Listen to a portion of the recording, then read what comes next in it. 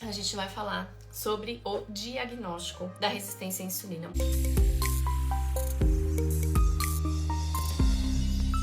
Muitas de vocês devem estar lá com um pensamentozinho, sabe? Lá no fundo da mente, falando, não, mas eu não tenho resistência à insulina, meu exame deu normal. Não, mas eu não tenho resistência à insulina. Não, a médica nunca me falou em resistência à insulina. Não é possível que eu tenha resistência à insulina? Eu não tenho resistência à insulina. Pois é. Chupem essa manga, porque resistência à insulina não se diagnostica em jejum. Ou seja, aquele exame que você vai em jejum pro laboratório, colhe uma amostra e vai embora. Eles não servem para fazer diagnóstico de resistência à insulina. E é muito comum e é muito normal a gente vê pessoas que têm resistência à insulina com glicemias baixas. Então, glicose de 80, glicose de 75. Eu já vi pacientes com glicemia de 70, de 69, 68 em jejum. Nosso primeiro feeling é olhar esse exame e falar, tá ótimo. Nossa, minha glicemia tá super baixa, eu tô muito longe de ter um diagnóstico de diabetes, né? A minha insulina, minha glicemia tá perfeita. Imagina, como é que eu vou ter diabetes com uma insulina com uma glicose de 65, de 70? Gente, isso primeiro é hipoglicemia, tá? Não é saudável. Mas por que pode acontecer da pessoa ter glicose normal, ter glicemia dentro dos parâmetros, ter uma glicose abaixo de 90 e ter resistência à insulina? Primeiro, resistência à insulina é uma condição onde o seu organismo não consegue fazer a digestão e a absorção correta dos carboidratos que você ingere. E para fazer a absorção e a digestão, a utilização do carboidrato, a gente precisa de uma coisinha chamada insulina, que é um hormônio transportador de carboidrato. E aí o que acontece? Quando você tem resistência à insulina, a primeira coisa que o seu corpo tenta fazer para balancear isso é aumentar a sua produção de insulina. O seu corpo começa a produzir muita insulina, porque a insulina que ele tem, a insulina normal que ele produz, não está dando conta de fazer a digestão e a absorção correta do carboidrato que você está ingerindo. E aí ele taca a produzir insulina. Quando ele aumenta a produção de insulina, o que acontece? A captação da glicose faz com que a glicemia baixe. Então é por isso que você vai para o laboratório em jejum e a sua glicose dá 80, dá 78, dá 74, dá 70, às vezes dá hipoglicemia. E aí a primeira coisa é você olhar e falar, nossa, eu tô muito longe do diabetes. E na verdade você tá cada vez mais perto desse diagnóstico, porque você está produzindo insulina demais. E sempre que o nosso corpo é forçado de alguma forma a produzir algo demais, ocorre o que a gente chama de uma sobrecarga. Ou seja, a gente força demais as nossas células produtoras de insulina que são lá no pâncreas e o excesso de trabalho faz com que em algum momento essas células entrem em falência. Esse é o momento onde a pessoa não consegue mais produzir insulina e se torna diabética. Ou seja, ela precisa usar insulina exógena, insulina de fora do corpo. Ela precisa aplicar insulina diariamente algumas vezes por dia. Por quê? Porque o pâncreas dela entrou em exaustão.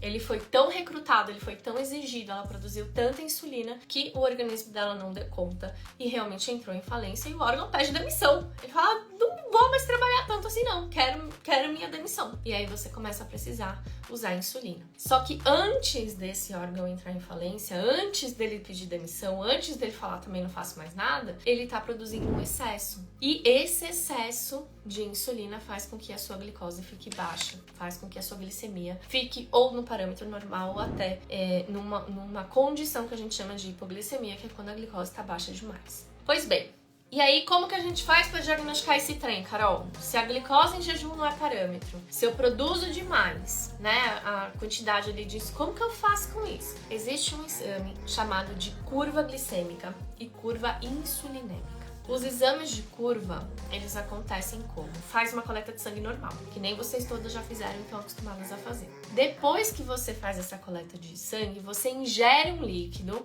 quase ruim, sabor limão, chamado dextrosol, que é um carboidrato. É como se fosse um suco muito rico em açúcar. Você ingere esse dextrosol e aí você permanece em repouso absoluto por pelo menos 2 horas. E nesse período de 2 horas, a técnica do laboratório vai colher sangue a cada 30 minutos. Então você fica com acesso lá na sua veia e a cada meia hora ela vai lá e tira uma amostra de sangue. Então você faz a amostra em jejum e aí depois você colhe a cada 30 minutos para mensurar o quê? Glicose e insulina. Eu vejo muita gente fazendo esse exame para colher só glicose. Gente, só glicose não dá. A gente tem que saber como que tá se comportando a insulina para saber se ela tá sendo produzida em excesso ou não. Então, na mesma amostra, na mesma dosagem do sangue ali, o laboratório vai mensurar quanto você tem de glicose e quanto você tem de insulina, para saber se o seu corpo tá produzindo a insulina na quantidade certa, insuficiente ou demais, e como que essa insulina tá fazendo em relação ao carboidrato, né? Como que o carboidrato tá se comportando na presença dessa insulina. Ele tá sendo absorvido, ele aumenta, ele diminui, como que ele se comporta. Então você só pode dizer que você tem ou que você não tem resistência à insulina quando você faz esse exame. Exame em jejum, índice Roma-IR, Roma-Beta, hemoglobina glicada, que são exames que a gente colhe em jejum, eles podem servir para o médico ter uma hipótese, para ele ter um norte, para ele imaginar como está o seu metabolismo, mas eles não servem para o diagnóstico. Para ter o diagnóstico correto, você precisa fazer a curva. Por que os médicos normalmente não pedem esse exame? Pode acontecer de você ir no seu médico e ele falar pra você: esse exame é ultrapassado, esse exame não se usa mais, esse exame não serve pra nada. Pode ter certeza que esse médico é do convênio e tem rabo preso. Curva glicêmica e curva insulinêmica são exames caros. Por quê? Porque você fica 2 horas no leito do laboratório, você precisa ficar em jejum minimamente confortável e você precisa ter uma técnica à sua disposição durante esse período, caso você se sinta mal, passe mal ou tenha alguma necessidade especial ali no momento do exame. Então, é um exame muito oneroso pro laboratório. Então, os laboratórios cobram muito caro por esse exame e a consequência disso é que os médicos do convênio evitam pedir. Quando a gente vai para um laboratório fazer uma guia, né, fazer exames solicitados por um médico, vocês podem observar que na guia desse exame tem o nome e o CRM do médico. Você não paga nada para o laboratório, né? Você não paga pelos exames, você não faz um pagamento ali. Só que esse laboratório colhe o seu pedido médico com o nome e o CRM do médico e envia essas informações para o seu convênio. E aí eles falam: olha, a Vanessa Balbino veio aqui hoje e fez os exames A, B, C, D, E, F, G, K. O total desses exames é R$3.000. E aí o seu convênio tem que repassar o dinheiro para o laboratório. Então você não paga, mas o seu convênio paga por esses exames. Quando o médico